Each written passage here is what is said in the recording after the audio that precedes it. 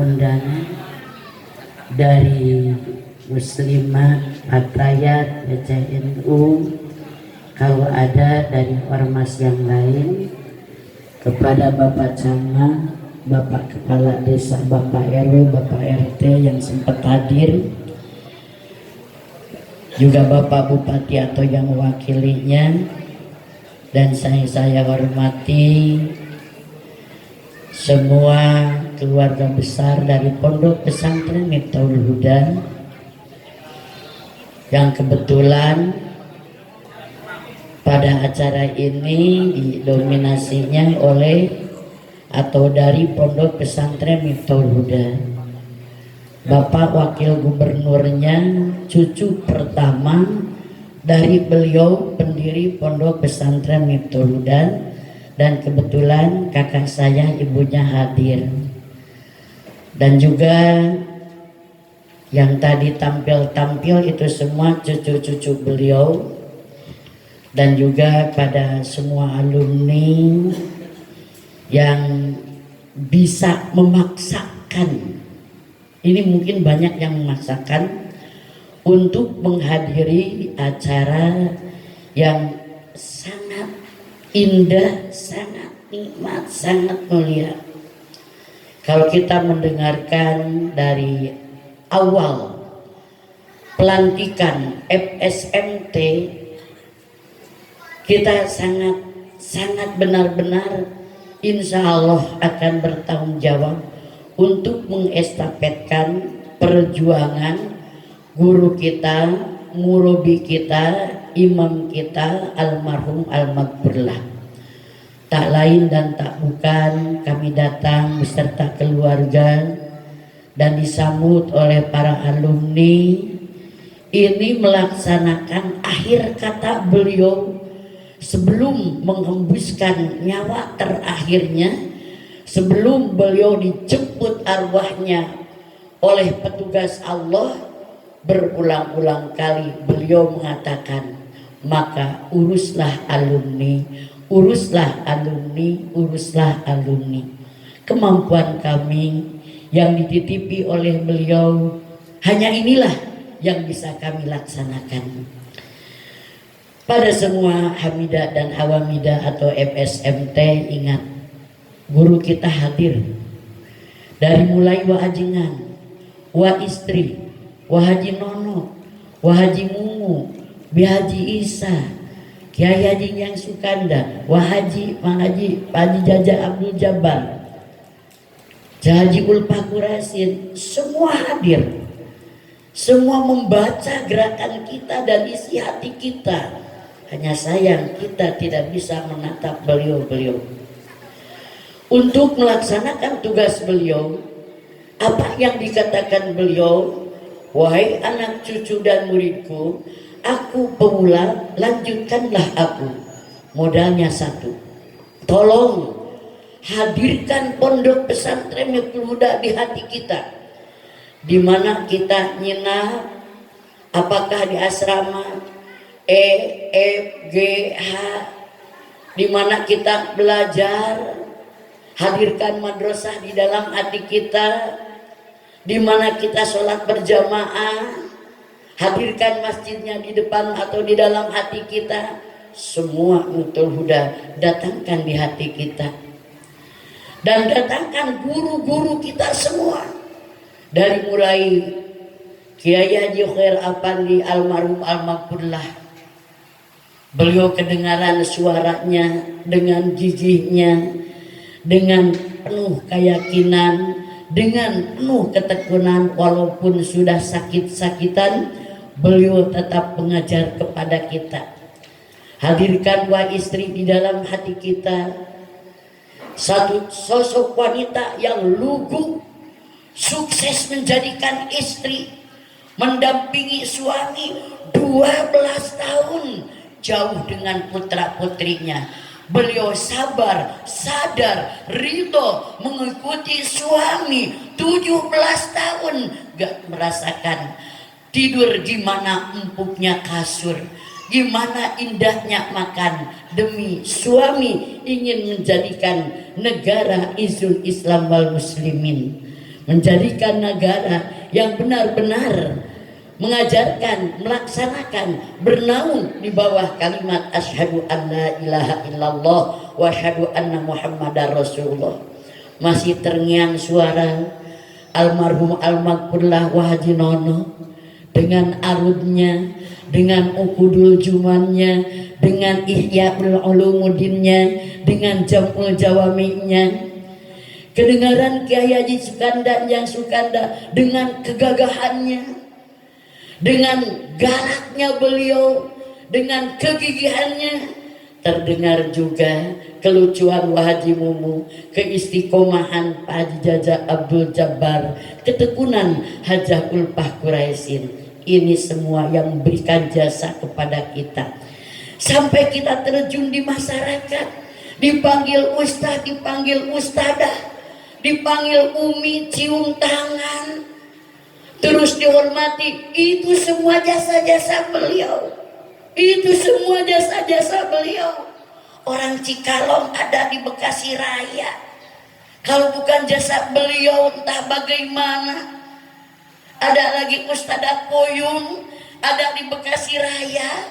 Kalau bukan jasa beliau, jadi apakah aku ini? Mungkin boro-boro dicium tangan, boro-boro dibilang ustad-ustadah, warawun ge moal, warawun ge moal untuk melaksanakan tugas beliau. Kami ingatkan, simpan Miftahul Huda di dalam hati kita, simpan guru-guru kita di dalam hati kita, sabab beliau yang memberikan modal untuk keceriaan, kebahagiaan kita di masa-masa yang akan datang. Kalau bukan jasa beliau, entah bagaimana nasib kita semua. Mari kita renungkan, nasib kita adalah betul di bawah bimbingan guru-guru kita. Man ana, man ana, man ana, ya Allah, siapakah kami ini? Kalau seandainya tidak ada pertanggung jawab, kesabaran, ketabahan guru-guru kami yang mendidik setiap saat, yang memberikan ilmu setiap waktu, beliau-beliau adalah guru-guru kami. Beliau-beliau adalah pimpinan-pimpinan kami. Beliau-beliau adalah murabi-murabi kami. Entah bagaimana nasib kami semuanya kalau tidak ada ketabahan, kalau tidak ada kesabaran, kalau tidak ada pertanggung jawab beliau-beliau. Ya Allah, sebagian guru-guru kami menatap kepada kami, walaupun kami tidak bisa menatap kepada beliau.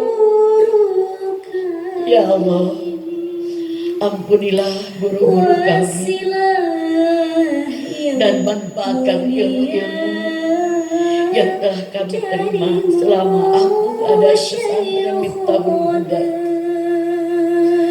Ada yang 3 tahun, ada yang 5 tahun, ada yang 10 tahun.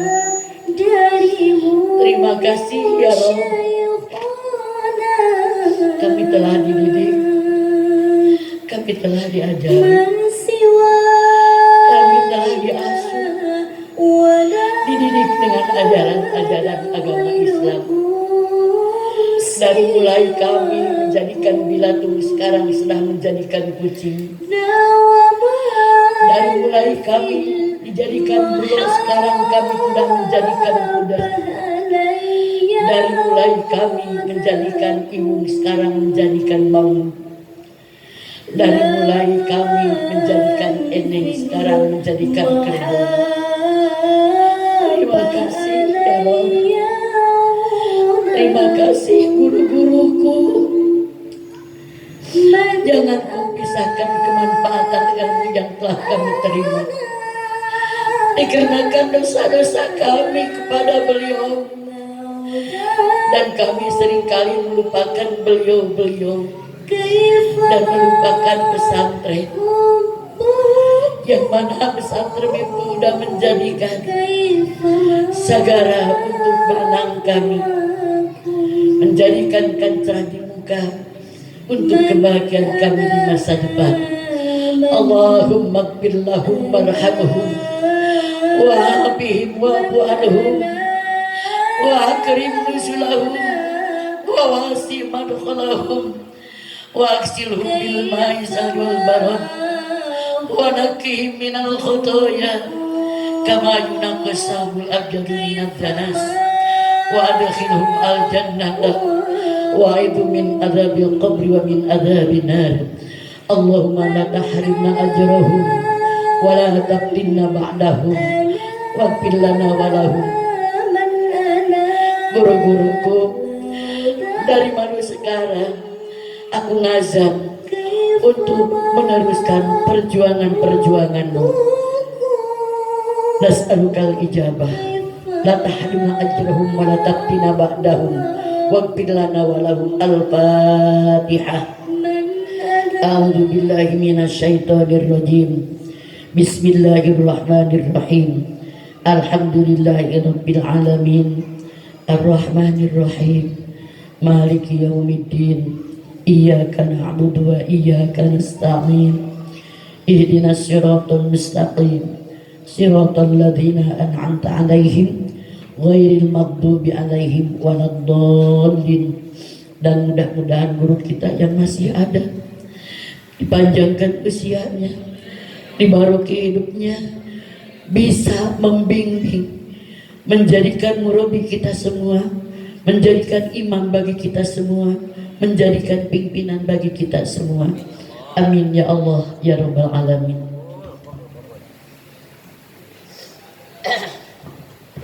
Itulah mungkin modal utama untuk kita sami'na wa ata'na atas program guru kita, murabi kita yang sudah tidak ada. Simpanlah Miftahul Huda di dalam hati kita, simpanlah guru-guru kita, baik yang sudah tidak ada apalagi yang masih ada di dalam hati kita. Insya Allah agenda program FSMT Kewanitaan Hamidah akan sukses dan akan maju terus berjalan, insya Allah ada dalam ridhonya Allah subhanahu wa ta'ala. Amin ya Allah ya Rabbal Alamin. Mudah-mudahan dengan judul pelantikan FSMT sekaligus kita berniat untuk melaksanakan silaturahmi. Dengan silaturahmi kita, hidup kita akan lebih cerah, insya Allah hidup kita akan lebih panjang, dan insya Allah umur kita akan ditambahkan Allah, dan milik rezeki kita akan lebih dari cukup. Saya sekarang mengatakan, sebab hakikat yang mengatakan demikian adalah baginda Rasulullah sallallahu alaihi wasallam. Man ahabba ayyubsata lahu fi rizqihi wa yunsa'a lahu fi atharihi falyasil rahimahu. Siapa saja yang berkenan di dalam hatinya untuk dipanjangkan usianya dan dilapangkan, dijembarkan rezekinya, mari kita sama-sama jemput dengan silaturahmi. Dan mudah-mudahan silaturahmi ini kita menjadikan sosok manusia terbaik di hadapan Allah subhanahu wa ta'ala. Baginda Rasul mengatakan, khairun nas, sebaik-baiknya manusia adalah man tola umruhu wa hasuna amaluhu. Naudzubillah summa naudzubillah. Syarrun nas, paling goreng terjelek manusia di dunia, man tola umruhu sa'a amaluhu. Panjang usianya tapi sayang kurang baik atau tidak baik sama sekali di dalam amal kesehariannya. Dengan silaturahmi kita ini, semoga kita menjadikan manusia terbaik di hadapan Allah subhanahu wa ta'ala. Amin ya Allah ya Rabbal Alamin. Sesuai dengan moto FSMT, forum silaturahmi majlis taklim, dengan 3 kata: 1. ngahiji, gak melihat ormas yang mana, gak melihat partai yang mana, walaupun tetangga kita orang kafir tetap harus bersatu. Beliau punya hak satu dari kita sebagai muslimin. Yang kedua adalah mengaji. Mari kita isi ini FSMT, anggap saja permulaan pengajian FSMT triwulan awal. Mari kita ngaji. Kebetulan sekarang ngajinya di bulan Rajab. Dan yang ketiga, moto FSMT itu adalah urus salaki, urus suami. Kenapa? Sebab suami itu adalah naruki wajan natuki. Suamimu adalah nerakamu, suamimu adalah surgamu. Ketika baginda Rasul mewasiatkan terhadap putrinya Siti Aminah, Siti Asia, beliau mengatakan, ya Asia, ya Aisyah, wahai Aisyah, ingat, inna ridallahi bi ridho zawjiki wa suhtullahi bi suhti zawjiki. Sesungguhnya ridho Allah ada di bawah ridho suamimu, dan murka Allah ada di bawah murka suamimu. Tidak ada terkecuali. Gak melihat suaminya kaya, gak melihat suaminya punya uang, lantas kita sapa abang sayang. Tidak punya uang lantas suaminya tendang, itu bukan ajaran agama Islam. Cinta atau tidak cinta bukan waktunya memikirkan cinta dan tidak cinta. Sekalipun suaminya seringkali mendolimi kita, suaminya fasik, suaminya punya akhlak yang tidak baik, tetap kita harus mengurus suami kita. Dan Rasul mengatakan, siapa saja istri yang sabar atas ketidakbaikan suaminya, atas jelek akhlak suaminya, maka istri tersebut akan diberi pahala waliyatullah, seperti halnya istrinya Fir'aun, yakni Siti Asiyah. Beliau diberi jiwa kawalian gara-gara nah hormat anu jadi Salakinah, padahal maklum sarerea Salakinah adalah orang yang tak beriman. Jadi untuk kita taat kepada suami, hati-hati, jangan ada rasa wah geus teu bogoh, geus teu cinta, geus teu nyaah, geus teu duitan, geringan wae, itu tidak masalah. Walau doliman, tetap itu adalah suami kita. Beliau adalah jalan untuk ke surga kita dan jalan untuk ke neraka kita. Kalau saja ayah mengatakan bahwa segala macam adalah tugas suami, memasak tugas suami, mencuci tugas suami, segala macam tugas yang suami, bukan berarti kita seorang istri harus meninggalkan suami, enggak. Siapa saja istri, kata Nabi, yang meladeni suami selama 7 hari 7 malam dengan masak-memasaknya, bikin air kopinya, terus dari makanan ringannya, cemilannya, mencuci pakaiannya, tak henti-henti selama 7 hari 7 malam, maka kata Rasul, wanita itulah akan ditutup 7 pintu neraka dan akan dibuka 8 pintu surga. Silahkan Anda mau masuk ke pintu surga yang mana. Bagi istri yang meladeni suaminya selama 7 hari 7 malam, kamu jangan lupa buka lagi buku dulu, Jen. Buka lagi buku dulu, Jen. Kamu jangan malu-maluin. Kamu adalah alumni Mitul Huda. Kenapa demikian? Seringkali punya istri, beliau punya profesi, tapi dagang bala-bala, salaki hayang dahar nyokot we ku sorangan. Salaki hayang nyusarimi ku sorangan we babarieu, teu pira jadi bos bala-bala. Maaf ya, da ari geus sagala ku batur manu meweng mah angger urang pamajikanana. Salaki hayang dahar cepat rol akang hayang tuan.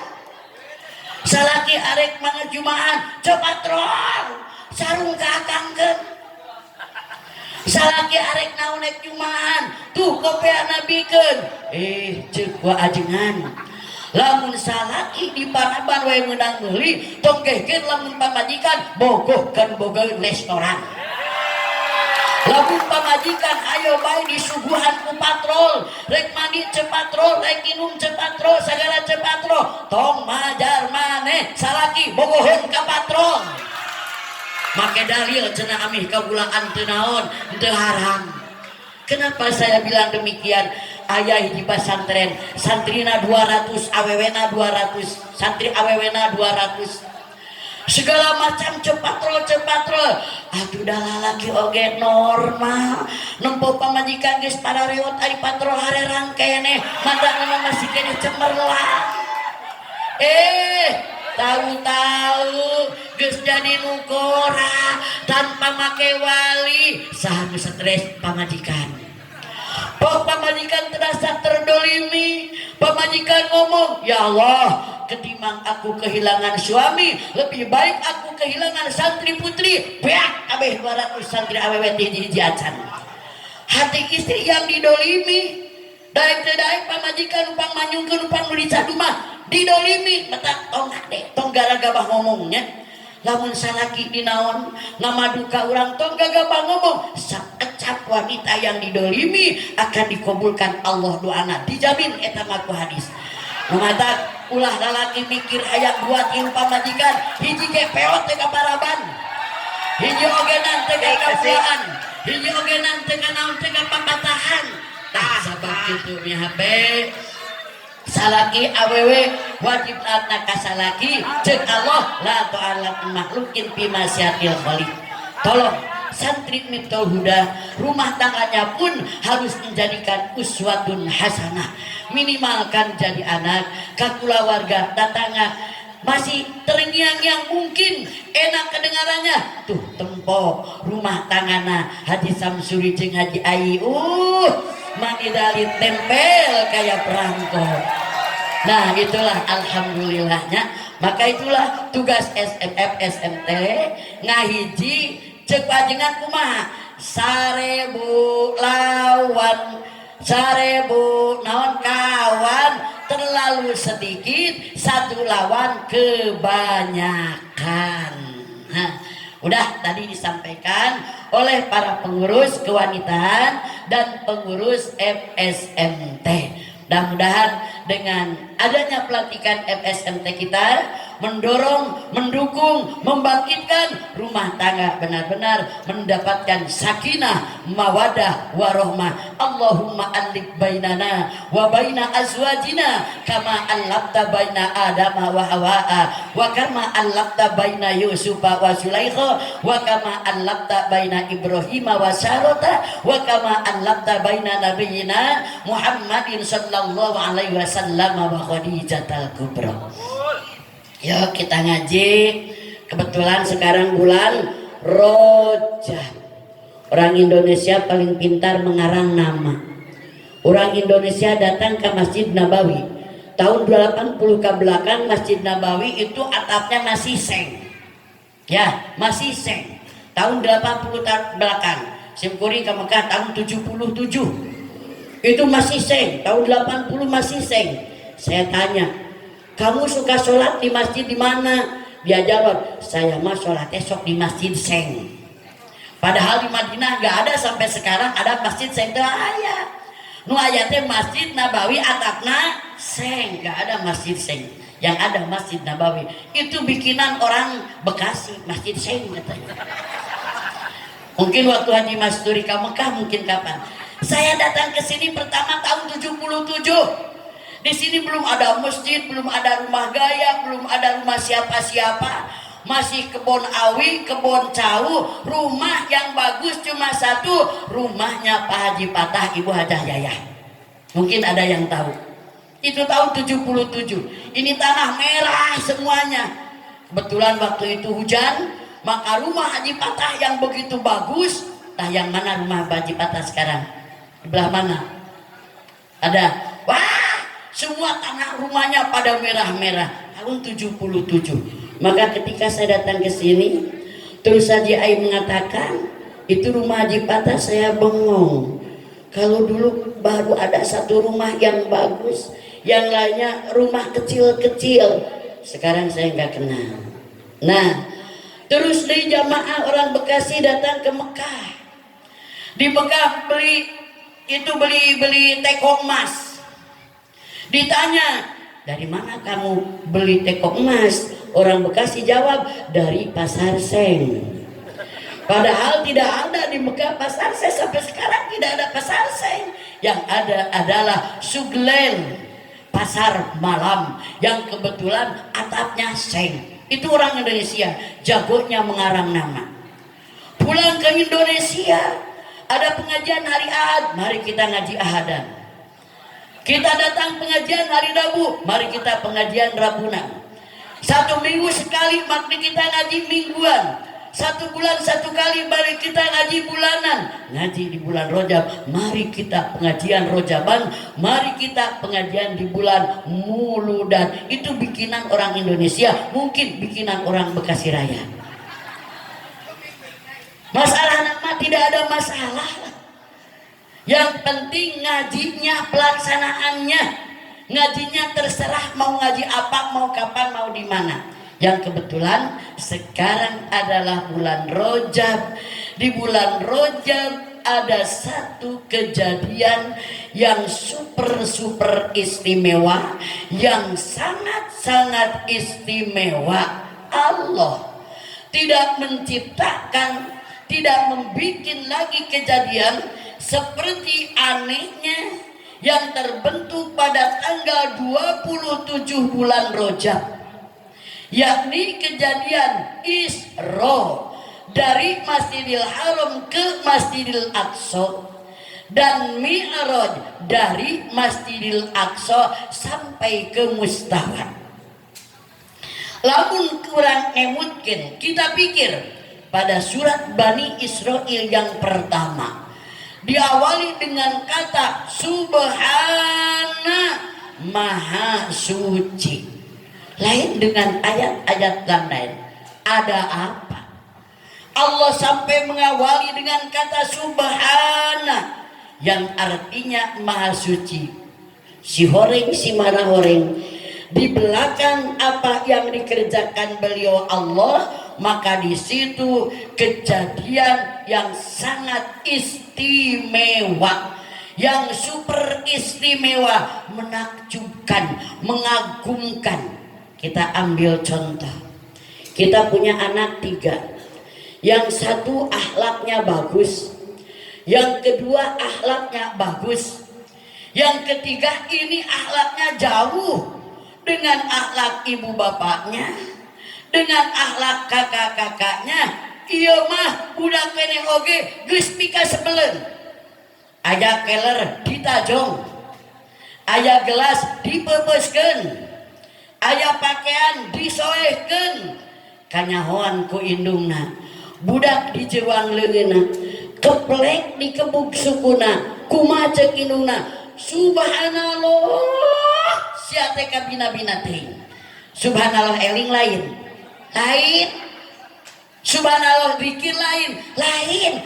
Balas kesel, sia mah beda jeung lanceuk maneh, sia mah beda jeung adik maneh, kalakuan teh asa mata capek-capek teuing, bari keplek sukuna dijus daun dicabokan, bari teureun subhanallah sia teh subhanallah maneh teh. Itu bukan eling. Sebab kelakuan anak lain di antara kakak-kakaknya. Punya anak perempuan udah keluar SMP, tidak pakai tiung mung, tidak pakai baju bener, gak mau. Padahal ketika baginda Rasul Abu Bakar dengan Siti Asma, Siti Aisyah saralik ngariung, Siti Asma ngalangkung Raina Siti Aisyah pakai pakaian yang tipis, pakai pakaian yang tak senonoh, tembus pandang. Nabi sambil membalikkan muka, wahai Asma, orang yang sudah head harus tertutup semua auratnya, jangan memakai pakaian yang tembus pandang, kecuali illa hada wahada, kecuali raut muka dan telapak tangan. Ketika baginda Rasulullah Sallallahu Alaihi Wasallam beliau dimi'rajkan, diperlihatkan ke dalam neraka, ada sekelompok perempuan, ternyata badannya gugulayunan, digantung di atas neraka, dan air panas pun dimasukkan ke dalam tenggorokannya. Tenggorokannya hancur, tapi mulus lagi, gitu lagi, jadi lagi, tumbuh lagi, hancur lagi. Ketika Siti Fatimah, Siti Aisyah bertanya, ya Rob, ya Mama, wahai bapakku, itu perempuan teh, perempuan anu kumaha? Kangjeng Rasul nyaurkeun, eta awewe ngusok nemong-nemongkeun buuk dihareupeun lalaki nu lain mahram. Anak kita sudah akil balik, sudah masuk sekolah SMP, masih berani melihatkan mahkota rambutnya, masih berani meninggalkan sholatnya, geus teu beunang dipapatahan, teu beunang dicarekan, indungna jejeritan. Subhanallah, atuh sia terek jadi naon? Subhanallah, atuh maneh teh arek ngagugu ka saha? Eling lain. Tapi berdasarkan hiji kejadian di kulawargana ayu anu aya nu aneh luar biasa. Nah, ini pun pada surat Bani Israil Allah mengawali dengan kata subhana, sabab Allah nyin hiji kejadian anu luar biasa. Perjalanan Isra luar biasa, perjalanan Mi'raj luar biasa, yang disebut khawariqul adat, keluar tina adat kebiasaan. Kenapa? Dari bumi ke langit kalau ditempuh oleh malaikat itu 1 hari. Kalau oleh malaikat, ta'arujul malaikatu warruhu ilaihi fi yaumin. Tuh, naik malaikat Jibril disarengan ku para malaikat nu sejen setiap waktu asar rek nyetorkeun amalan-amalan manusia, baik yang amalnya bagus atau yang tidak bagus, maka pada waktu asar ditaikan amal manusia tersebut. Makanya setiap asar kita jangan lupa, sebelum amal kita ditaikan, tolong mohon dulu pada Allah Azza wa Jalla. Rabbana taqabbal minna a'malana faghfir lana dzunubana wa kaffir anna sayyi'atina wahdina wansurna nasron aziza. Amaliyah kita, hasil penglihatan, hasil pendengaran, hasil penciuman, hasil aktivitas tangan, hasil aktivitas kaki, itu semua diminta pertanggungjawaban.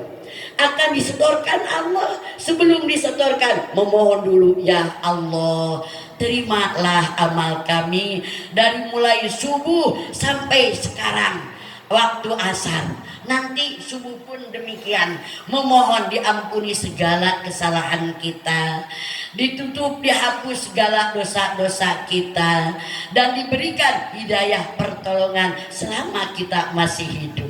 Itu 1 hari.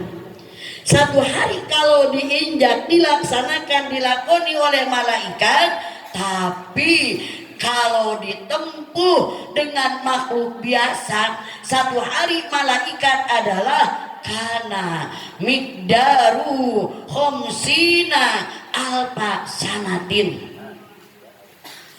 Itu ukuran 50.000 tahun. Kalau dilaksanakan oleh kita atau dilaksanakan selain oleh baginda Nabi Muhammad sallallahu alaihi wasallam. Kalau ibu bapak ingin mencoba naik seperti baginda Rasul, boleh. Allah tidak melarang. Allah tidak melarang. Ya ma'syarul